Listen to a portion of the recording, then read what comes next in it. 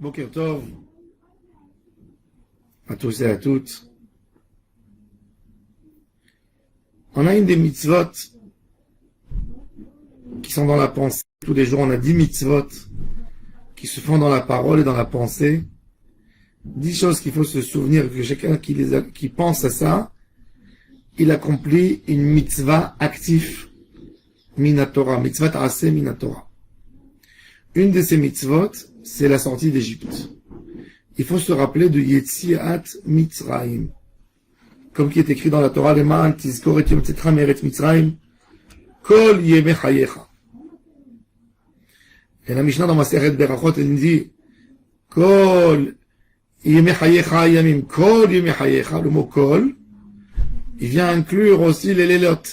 Et c'est pour ça qu'on mentionne pendant le Kriyat Shema, dans le Tzitzit, Vayelachem Tzitzit, Ani Hashem Elohechem, Asher Hotzet Yetrem, Me'eretz Mitzrayim. Et c'est pour ça aussi que dans la tfila de Shachrit et dans la tfila de Arbit, on dit Ve'emuna Kolzot, oui, on parle de l'Eretz Mitzrayim. Mais pareil, dans Mediativ, on parle de la sortie d'Égypte, l'Ismor Geoula l'Itfila, pour accomplir cette mitzvah ta'aseh minatora, de ne pas oublier la sortie d'Égypte.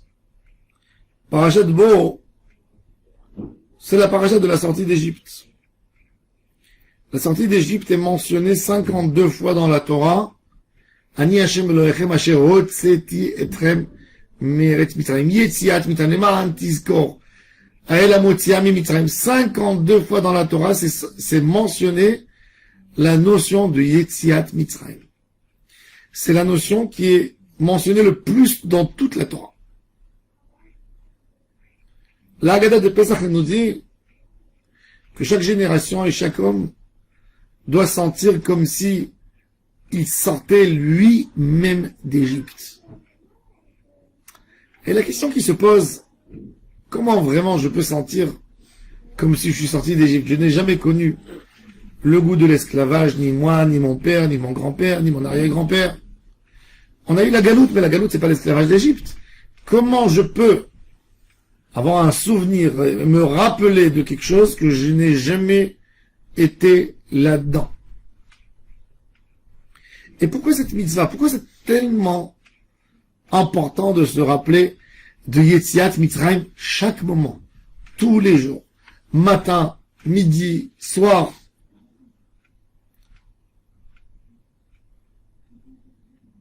Dans le Ketamazon, Hachetzetanu Meretz Mitzrayim, Uvditanu Betavadim. Pourquoi on a besoin? Alors il est vrai que le juif toute sa vie doit sortir d'Égypte. Yetziat Mitzrayim, c'est pas que il y a 3300 ans. C'est pas en l'année 2448 de la création du monde. C'est tous les jours. Yetziat Mitzrayim, Mitzrayim était une zone de confort au début pour le Ham Israël. Mitzrayim était le rêve pour chaque homme dans le monde d'habiter en Égypte. L'Égypte, celui qui avait un passeport égyptien à l'époque, était l'homme le plus heureux sur terre. Avoir le mérite d'habiter dans un pays où on n'a même pas besoin de travailler pour manger. Tout le monde a de quoi manger, où il y a un abondant absolu, où il fait bon, où il y a l'abondance, où il fait bon toute l'année, tu n'as pas froid et tu as à manger. Plus grand niveau du monde de l'époque, en médecine, en construction, des belles villes, des monuments incroyables. C'était l'idéal pour tout homme d'habiter là-bas. La famille de Yosef, pas seulement que leur frère est parti habiter là-bas, il est devenu gouverneur et comme le roi de cet endroit. Il était assis sur les robinets de l'abondance. Et puis il les a amenés tous pour être proches de lui. Ils sont rentrés tous comme des princes riches. Là, c'est le bon Mitzrayim. C'est le matérialisme. Le matériel qui nous fait énoyer là-dedans. À tel point qu'on oublie pourquoi on est dans le monde. Un homme qui rentre et qui voit un Olam Hazé tellement magnifique, où on peut tout obtenir avec un rien, où on peut s'enrichir tellement vite. Un homme qui vit dans un endroit de riches, où que la concurrence entre eux, c'est pas d'avoir une voiture, c'est d'avoir la plus belle des voitures.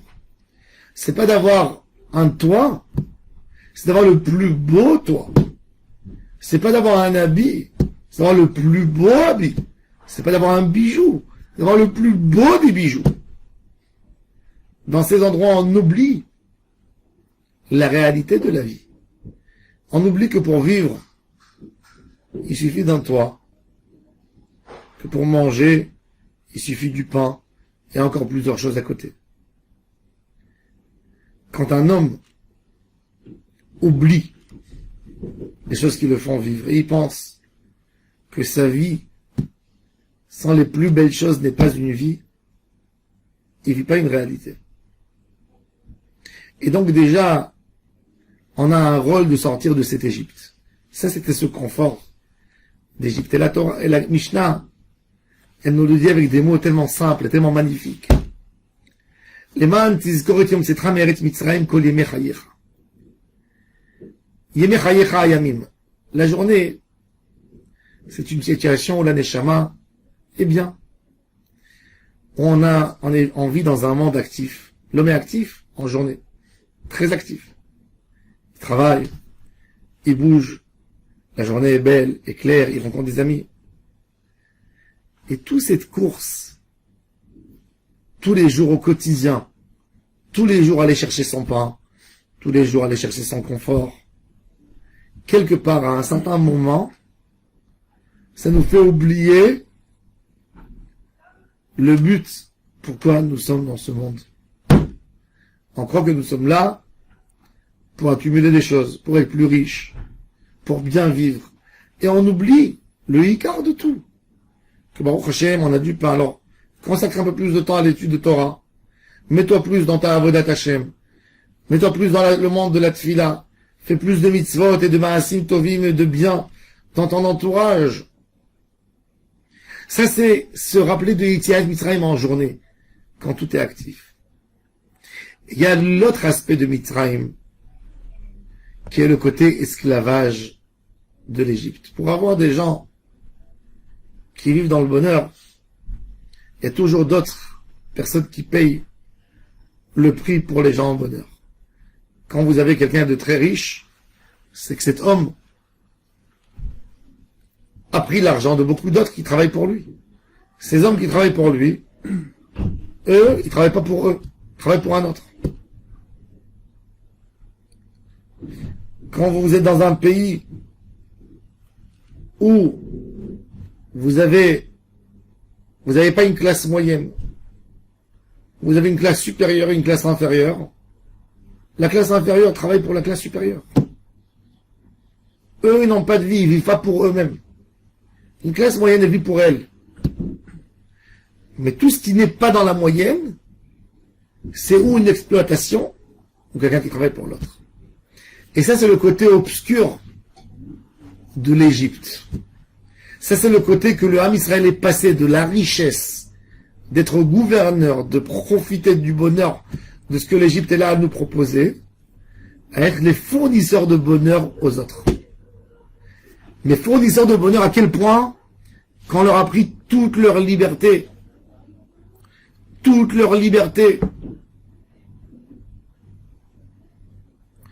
le monde, on leur a tout pris. Ça, mais non, ça travaille l'homme dans sa tête, de ne plus y croire dans le monde.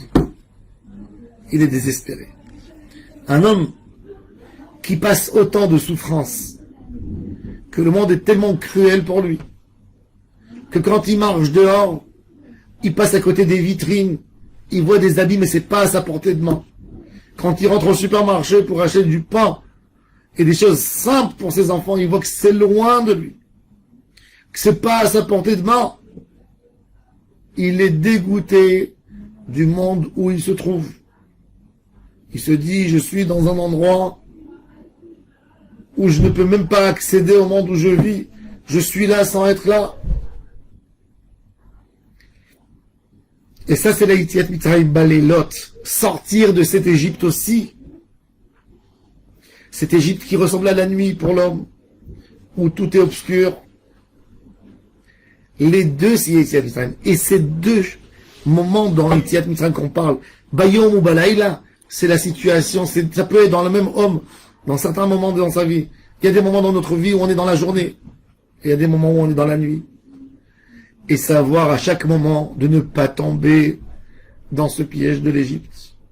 Ni dans le piège du bonheur, et ni dans le piège de la souffrance. De s'attacher à Kadosh Baruch Hu à chaque moment. Et c'est pour ça que cette mitzvah de se rappeler de Yetziat Mitzrayim, elle est tous les jours. 2 fois par jour. Le matin et le soir. Le matin, c'est dans les bons moments. Et le soir, c'est dans les moments les plus obscurs. Et de s'attacher à Kadosh Baruch Hu et de comprendre que quand on s'attache à Hashem Yitbarach, on est bien. Et essayer de trouver que notre source de bonheur ne soit pas notre argent. Et que notre source de malheur ne soit pas notre manque d'argent. Source de bonheur doit être Hashem. Et notre source de malheur doit être l'éloignement d'Hachem. Et ça, c'est le tachlit de sortir d'Égypte et de devenir les enfants d'Akadosh Baruch. De devenir des gens que le seul but dans leur vie, c'est de savoir comment on peut mieux servir Hachem, comment on peut améliorer notre Neshama, comment on peut lui donner du bien-être à la Neshama. Parce que tout ce qu'un homme achète dans la vie, tout ce qu'un homme peut manger, avoir un désir, un grand plaisir, c'est le plaisir de la plus petite partie spirituelle de son corps qui s'appelle Nefesh. Un homme, quand il mange, à Yom Tov, on nous autorise de manger, ça s'appelle Ochel Nefesh. C'est le Nefesh qui tire profit. Quand un homme, il va dans le plus beau, le plus bel hôtel pour faire des vacances, qui c'est qui tire profit? C'est un Neshama? Non, c'est pas la Neshama. La preuve, c'est qu'il va avoir des histoires d'angoisse, il peut avoir plein d'histoires d'angoisse, même dans l'endroit où il est. Donc c'est pas la Neshama. La seule qui tire profit, c'est la partie Nefesh. Nefesh Abahamit. Le côté animal qui rentre. Et comment on a alimenté le Ruach, la Neshama, n'en parlons même pas des plus hauts niveaux de Chaya et de Yechida. Un homme n'a pas à faire plaisir que à son Nefesh. Il a à faire plaisir à sa Neshama. De s'attacher à Kadosh Baruch Hu au niveau pareil de Nefesh. Il y a des gens que même leur attachement à Kadosh Baruch Hu, il est uniquement autour de leur Nefesh. D'obtenir un bien matériel. De demander à Kadosh Baruch Hu, toute leur kavana dans la tfila, c'est quoi? C'est Barech Aleinu. C'est d'avoir une belle parnassa. C'est d'avoir un confort matériel. Et ils ne s'occupent même pas du côté Neshama, du côté Ruach. Le côté Neshama dans la tfila, il figure à la fin, à la demande qu'on demande à Kadosh Baruch Hu de vivre avec un Beth Amikdash. Et après, avant de faire aussi Shalom, c'est la partie la plus intéressante de la tfila. Demander à Hachem de recevoir sa lumière. Demander à Hachem de recevoir l'amour. Que l'amour, elle nous remplit, qu'on soit comblé d'amour. Torah, Chaim, Ahava, qu'on soit comblé de l'envie de faire chesed, de faire du bien avec l'humanité. Ça, c'est le plaisir de la Neshama, plus du corps. Et c'est ça ce qu'on nous dit. Sortir de l'Égypte, c'est sortir des besoins les plus bas du Nefesh, qui nous rendent heureux ou tristes. Quand on les a, on est heureux. Mais heureux de quoi? Heureux avec une jalousie, une volonté d'avoir plus. Et quand on les a pas, on est triste à un niveau tellement bas. On doit sortir de l'Égypte. sortir de ces bas niveaux et monter plus et plus. Et ça, c'est une mitzvah quotidienne de tous les jours, de chaque moment et de chaque instant. Et c'est là où la Yetziat Mitzrayim, elle prend une vraie place dans notre quotidien de tous les jours. Baruch Adonai Le'olam, Amen.